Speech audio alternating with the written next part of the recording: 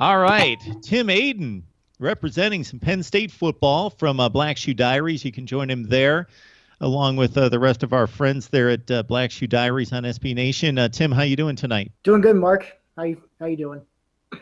I'm doing just fine. So Tim and I have knocked out some positional unit videos that you can catch on Mark Rogers TV on YouTube. And tonight, though, we're going to really open it up here, Tim. So we'll start with your beloved Nittany Lions and one thing that you would like to change, which I'm guessing that list has shrunk in the last several months from maybe what it was a year ago because of course, Penn State winning a Big Ten championship and going to the Rose Bowl. But what would you change about Penn State football? Actually, believe it or not, the one thing I'd change about Penn State football has nothing to do with the on-the-field product. It would actually have to do with the game day experience in general. I'm talking about the mass amount of piped-in music that gets played during the game. Now I'm not trying to sound like some old fogey technophobe. I think a good Zombie Nation or Sweet Caroline played here or there in spots can certainly get the crowd fired up.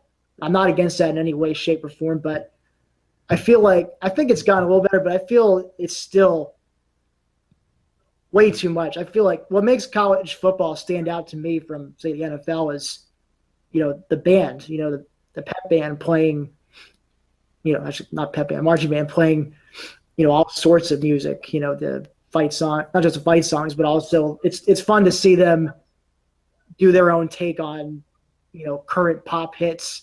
So I feel like they need to let the band play a little more. That's the one thing I would change if I were in charge of Penn State football. Like they had some imaginary CEO position or something. Time, Tim, in which if you were watching a college football game on TV, that they would actually show the band at halftime. They would show the bands of the two schools. You wouldn't go to the Ford halftime show and see all the highlights and all the scores for the other games and crazy analysis of the game that you just watched for the last hour and a half.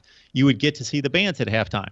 Now, I could do with a little bit more of that maybe, especially during the bowl games. And we get to see that a little bit. But, yeah, the band has just been taken out of the experience of the college football fan on television. And when you're there, you expect to get the full treatment, the tradition, the pageantry. That exactly right is what separates college football from the NFL, is the pageantry, the tradition, the prestige of it, and that feel.